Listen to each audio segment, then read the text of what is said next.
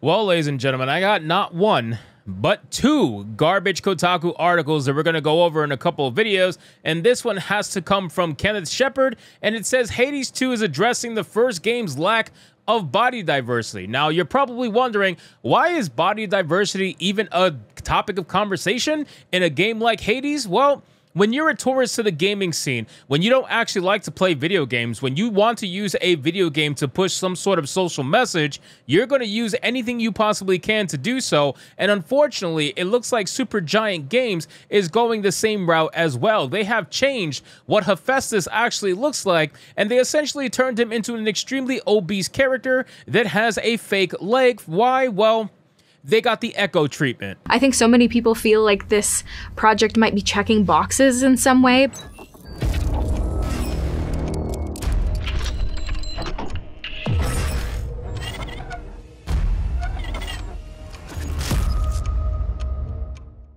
Yes, ladies and gentlemen, Hephaestus, the god of the Forge, got the echo treatment. He is now disabled. He now has diabetes, and he is very clearly what they want to shill for when it comes to somebody or an organization like Kotaku. Now, you're probably wondering, what does Hephaestus actually look like in history? What have they always portrayed him as in multiple different forms of media? Well, I also did a little bit of a Google search. Nothing too crazy, but this is just random little images of Hephaestus all throughout different forms of media. And as you can tell, there's about a couple of things in common. Number one, his hair is very long. Number two, they're all blacksmiths, obviously. And number three, he is not fat. He has never been portrayed to be fat. Now, from what I can see, he has never once ever been portrayed to be fat. And usually the Greek gods aren't ever portrayed to be overweight normally. But it looks like Hades has decided to go a completely different direction for modern audiences. So let's get into this article, guys, from Kotaku. But of course, before we do, if you are new here,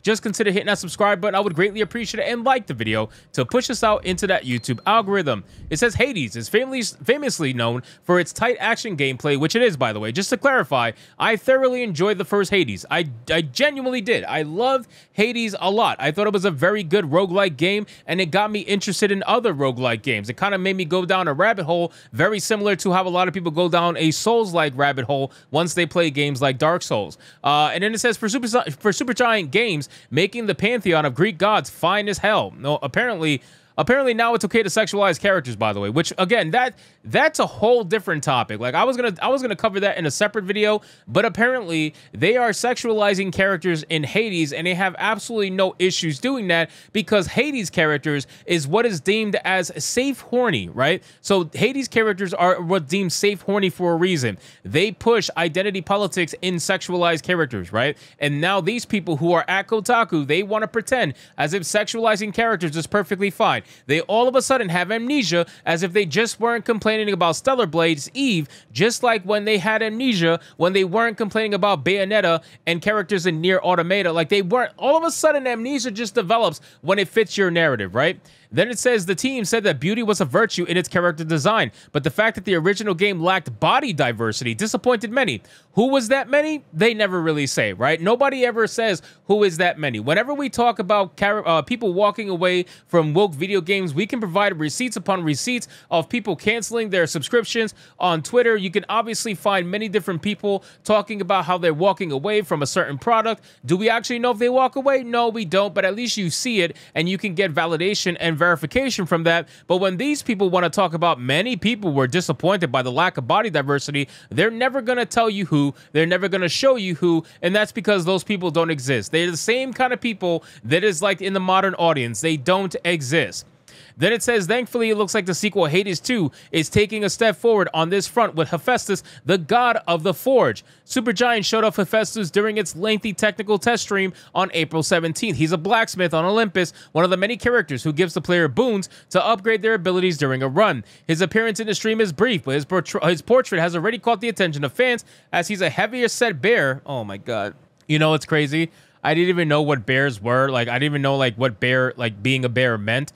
Unfortunately, or I should say fortunately, and then unfortunately, I was notified of the lore behind Bear during a stream on Hypnocast every day at 9 p.m. Eastern Standard Time on this channel, and I gotta tell you, my life's been not the same since. It says a man who is bigger and hairier than the average Hades god in a sea of ripped gods. He also uses a wheelchair. Oh, I forgot to mention that. Yeah, so he has a fake leg, and he has a wheelchair, and he has diabetes. I mean, like we have many different checkboxes going on here.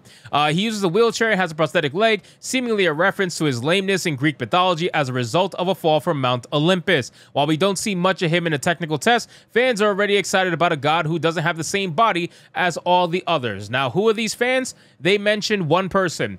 An anime profile bot account. That's who they use as their proof that fans are so excited about Fat Hephaestus. You have this person that goes by the name Palm Muggletuber. Hades 2 spoilers. Hephaestus, I am looking so respectfully right now. We need more fat and disabled people. He is so beautiful and I love him so much. Yes, clearly. That's exactly what we need, ladies and gentlemen. This country, this society, the human race needs more fat people and more disabled people, which, by the way, pretty much goes hand in hand, right? Once you meet the requirements and exceed them for the requirements when it comes to fattiness, you will basically be guaranteed to be disabled. So you just got to hit that level of fattiness. You got to hit max level and beyond, and you will be guaranteed disabled anyway without actually having a disability like a prosthetic leg.